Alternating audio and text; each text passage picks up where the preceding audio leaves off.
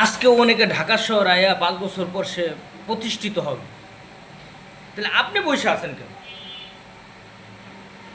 যে আজকে ঢাকা শহর আইবে তার হয়তো থাকার জায়গাটুকু নাই, 5 বছর পর ঠিকই সে 5 তলার বাড়ির মালিক হবে। এরকম দু একজন হবে তো নাকি? তাহলে যদি হয় তাহলে আপনি পারবেন না কেন? তার আল্লাহ ভাগ্য লিখে রাখছে, আপনার লেহে নেই। আল্লাহকে আপনার লোক অবিচার করছে, আপনি নিজে নিজের লোক অবিচার করতেছেন, আপনি নিজে নিজের সাথে অবিচার করতেছেন। আপনার এমন ট্যালেন্ট আছে, আপনি এরকম কিছু জানেন, যে জানে আমি তার জন্য বলতেছি, যার ভিতরে চেষ্টা আছে, আগুন আছে, ওই আগুনটার বাইর করেন না। একটাবার বাইর করেন, একটাবার চেষ্টা করেন, একটাবার ঘুরে দাঁড়ান, ইনশাল্লাহ আপনার সফলতা আসবে। যেই স্বপ্ন নিয়ে আপনি শুরু করছিলেন কাজ, আবার একটাবার রিপ্লে চেষ্টা করেন, ইনশাল্লাহ আসবে, সফলতা আসবে। সফলতা আসতে বাধ্য। সফলতা তাদের কাছেই আসে যারা চেষ্টা করে।